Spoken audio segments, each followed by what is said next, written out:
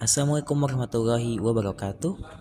Honorable Miss Zwesti Eka Putri, MAK, and hello everyone. Before presentation, let me introduce our team. We are from Team 2, and I am Muhammad Zaki Ramadan as a moderator. Next is Kirana Aileen as a speaker. Next is Devri Purnama Rizky as a speaker. And the last is Rido Agung Himawan as a speaker. Today, we will talk about expansion of accounting information system through IT and computer network. First is computer network concept. A computer network is a telecommunication network that can be used to exchange data between computer to communicate with each other. Each part of the computer network can request and provide service.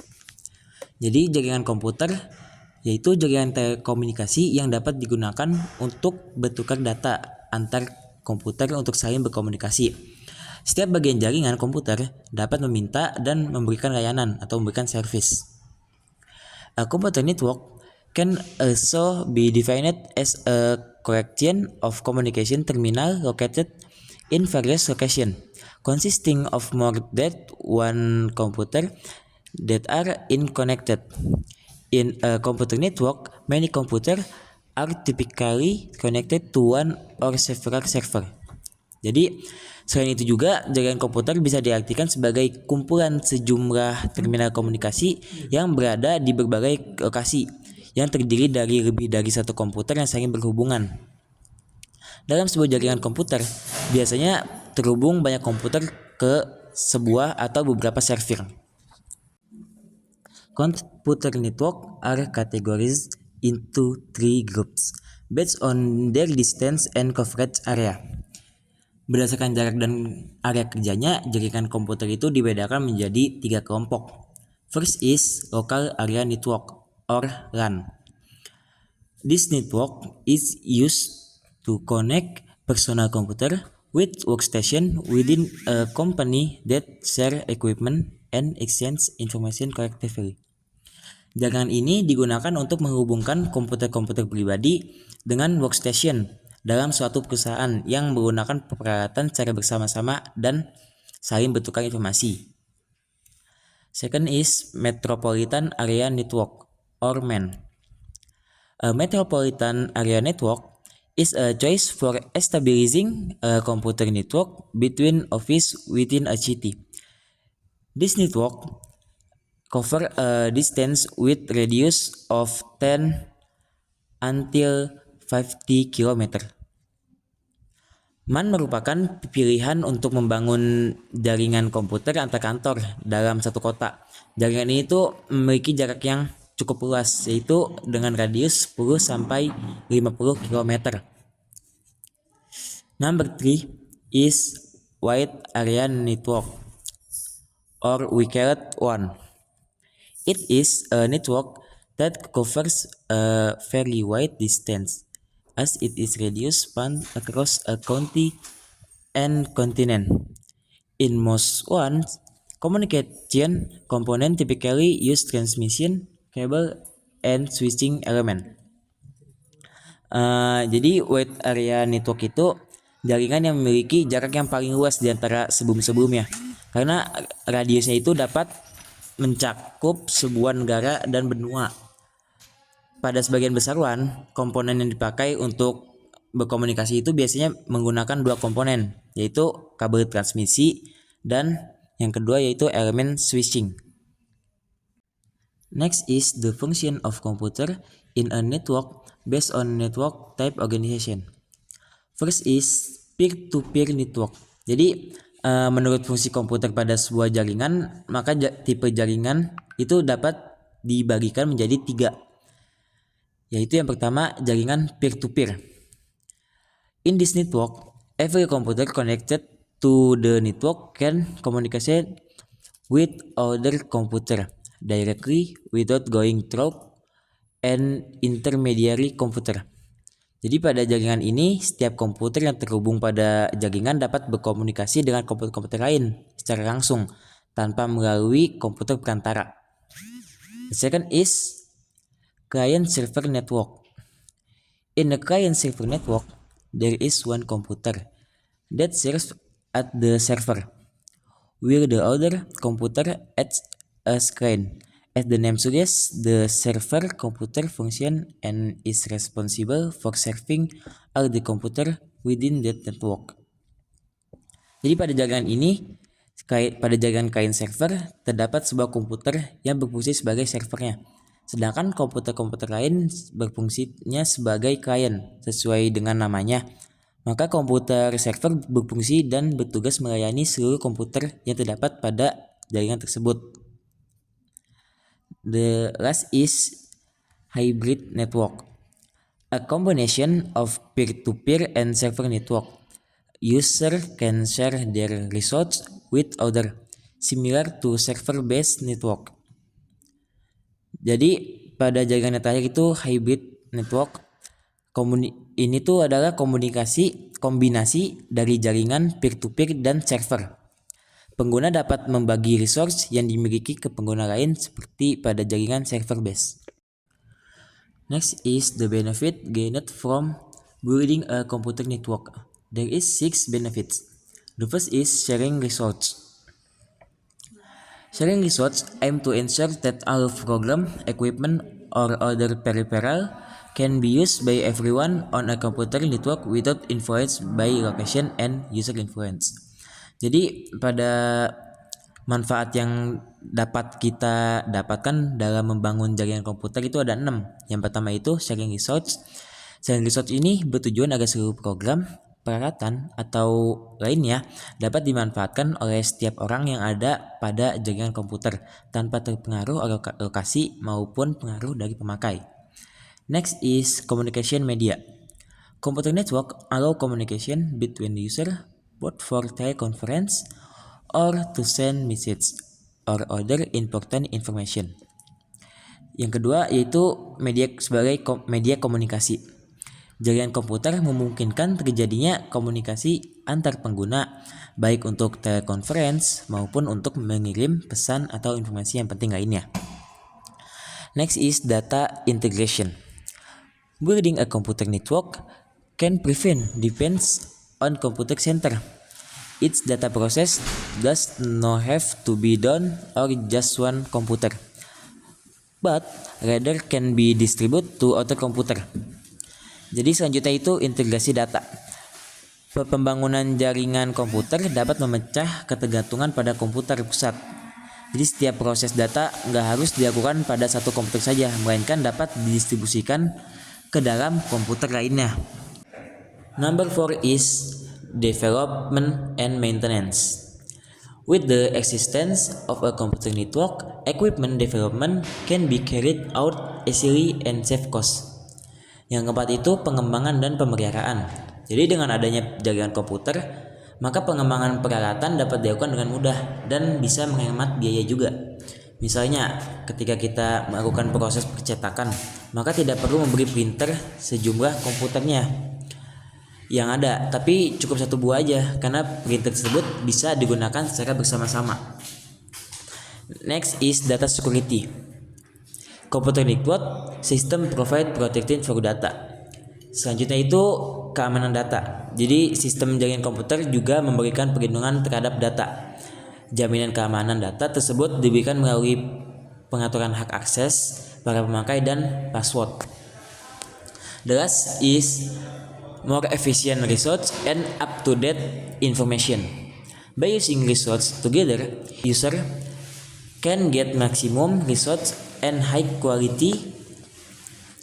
Jadi yang terakhir itu sumber daya lebih efisien dan informasi lebih terkini. Dengan adanya penggunaan sumber daya secara bersama-sama, maka pemakai bisa mendapatkan hasil dengan lebih maksimal dan kualitas yang tinggi. Selain itu juga data dan informasi yang diakses itu selalu up to date karena setiap ada perubahan yang terjadi dapat secara langsung diketahui oleh setiap pemakai. Data processing in companies and data system atau pengelolaan data dalam perusahaan dan sistem data. Data management is a planned activity or operation aimed at achieving goals In data management, it involves humans as implementers storing the existing data obtained from decision-making information. In data In addition, there are also tools in the form of computers in the field. With these tools, exciting data can be processed and turned into information. Jadi pengelolaan data adalah kegiatan atau operasi yang direncanakan guna mencapai tujuan. Dalam pengelolaan data, melibatkan manusia sebagai pelaksana menyimpan data yang ada didapat dari informasi pengambilan keputusan.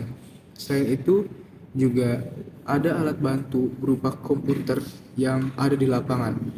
Dengan alat bantu tersebut, semua data-data yang ada dapat diproses dan dijadikan sebuah informasi.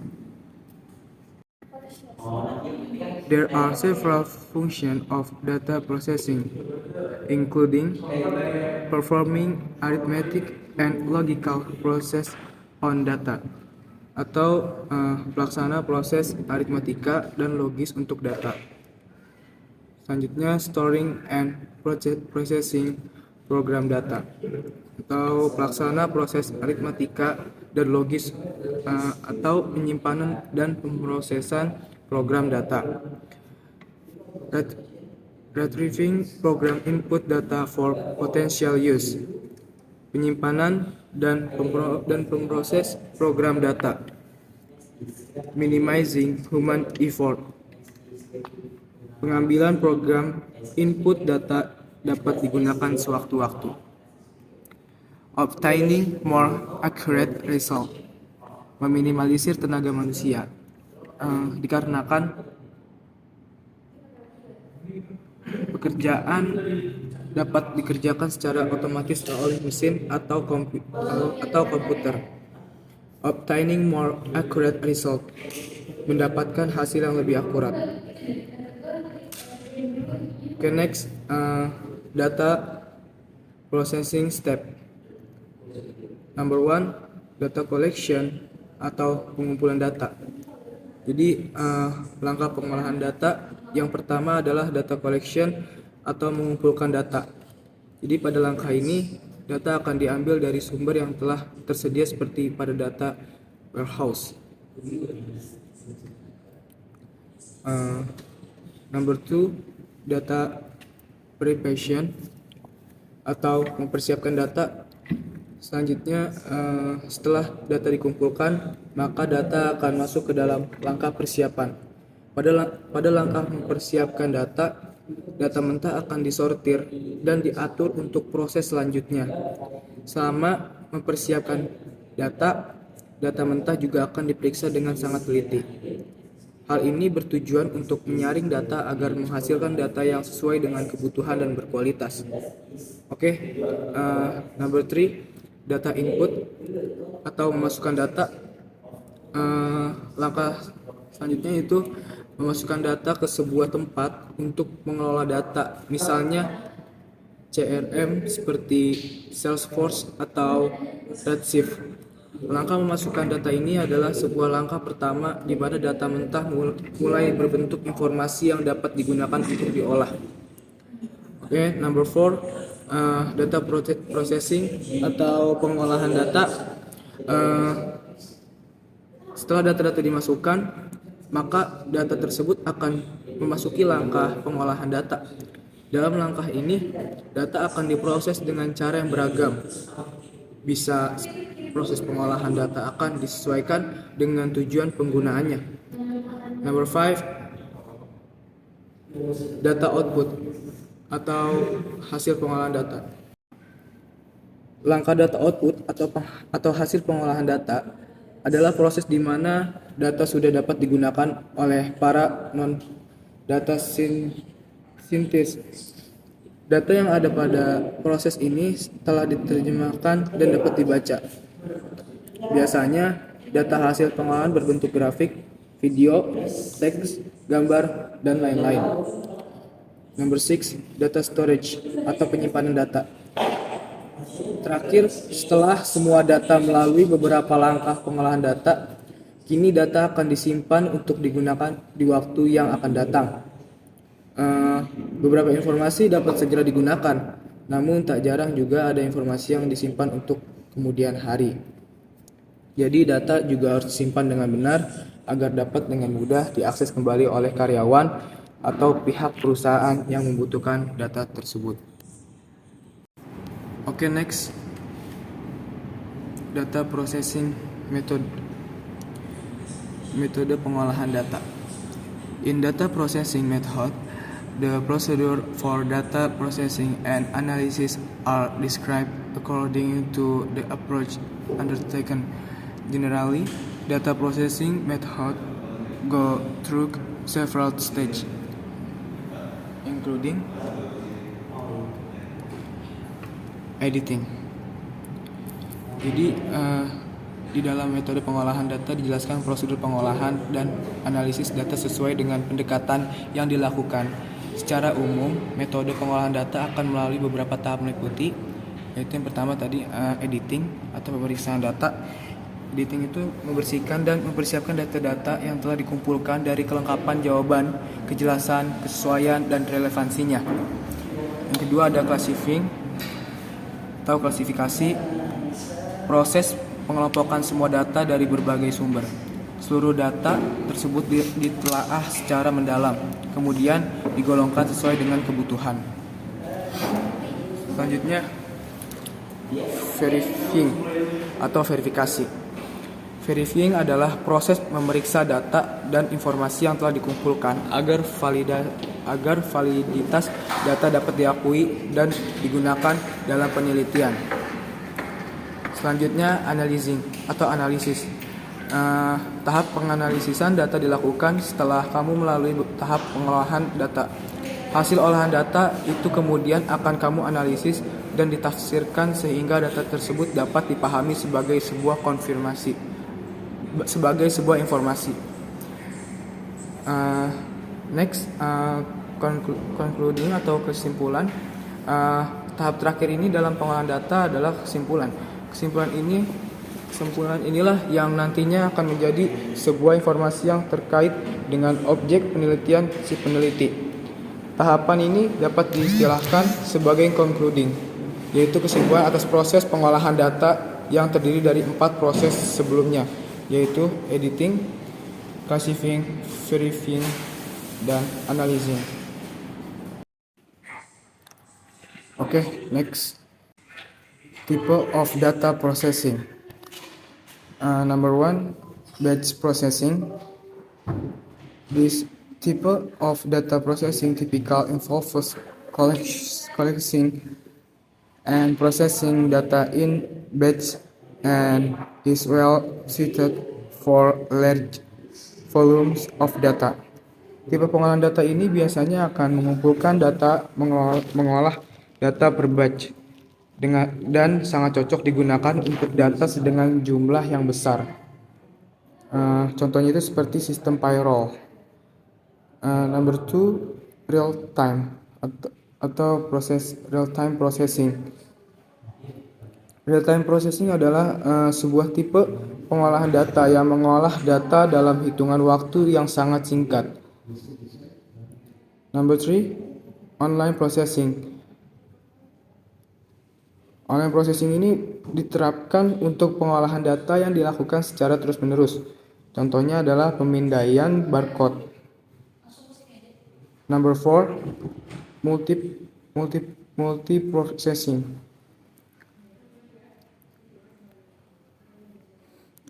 Data processing that divides data into multiple parts and process them using 2 or more CPUs within a single computer system is known as parallel data processing.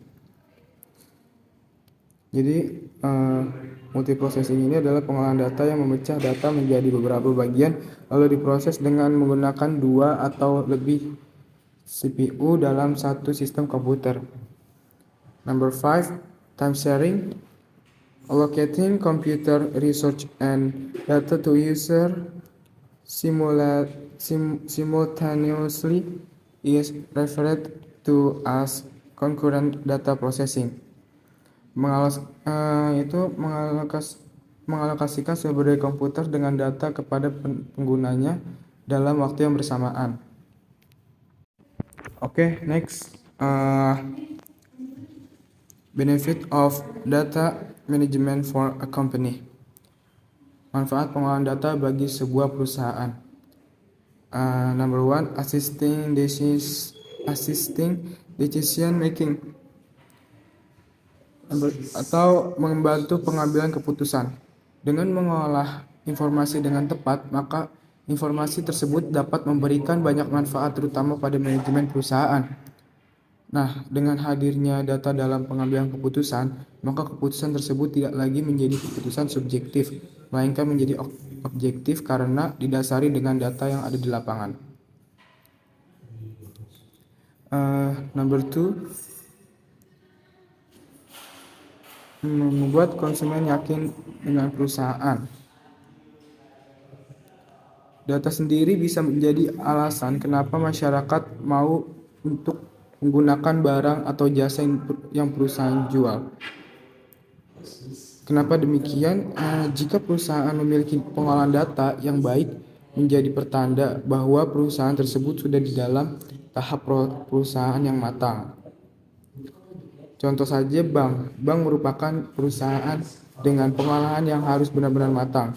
Terbukti dengan data-data transaksi dalam beberapa bulan ke belakang, lengkap dengan jumlah hingga waktu transaksi yang akurat. Selanjutnya, number 3, time management at work. Manajemen waktu dalam bekerja. Proses untuk pengambilan data dari konsumen ataupun dari lapangan membutuhkan waktu yang tidak sedikit. Butuh waktu untuk mendapatkan data yang maksimal. Data yang masuk ke dalam perusahaan juga masih berbentuk data kotor. Untuk itu diperlukan metode data cleansing atau mendeteksi dan memperbaiki database yang korup ataupun yang tidak akurat. Next, specialist organizational network. Data management is a planned activity or operation aimed at achieving goals. In data management, it involves humans as implementers storing the existing data obtained from decision-making information. In addition, there are also tools in the form of computer in the field. With these tools, all existing data can be processed and turned into information. Jadi materi selanjutnya itu jaringan kerja organisasi khusus. Jaringan atau networking adalah dalam organisasi adalah suatu sistem yang terdiri dari elemen yang di dalamnya saling berhubungan satu sama lain. Dalam satu organisasi, sebuah jaringan sangat dibutuhkan untuk menghubungkan individu yang ada di dalam organisasi tersebut. Jaringan juga merupakan komunikasi agar individu semakin dapat berkembang baik pribadi atau organisasi. Next is network benefits. Number one, develop a sequence of project activities that have a large number of components with complex dependency relationship. Number two, mastering the minimal fluctuation in resource use. Number three, make an estimate of the most economical project schedule. Jadi materi selanjutnya itu manfaat jaringan. Yang pertama itu ada menyusun urutan kegiatan proyek yang memiliki sejumlah besar komponen dengan hubungan ketergantungan yang kompleks. Yang kedua itu menguasakan fluktuasi minimal penggunaan sumber daya. Yang ketiga itu membuat perkiraan jadwal proyek yang paling ekonomis. Next, network method. First method based on activity time. First, critical path method or CPM, technique by which the system identifies project completion tasks and determine scheduling flexibility. Number two, program evaluation and review technique or PART, a method that aims to reduce delay and production is description as much as possible, as well as coordinate various parts of a job as a whole. Second method, based on activity flow. Number 1, activity on a row or AOA, PART, and CPM. Activities are depicted on a row length. In this case, the node is an event. Number 2, activity on node or AON, PDM. Project management that refers to priorities. A diagram method that use boxes to show activity schedule. Jadi materi selanjutnya ini membahas tentang metode jaringan kerja. Metode jaringan kerja ini dibagi menjadi berdasarkan waktu kegiatan dan berdasarkan alur kegiatan.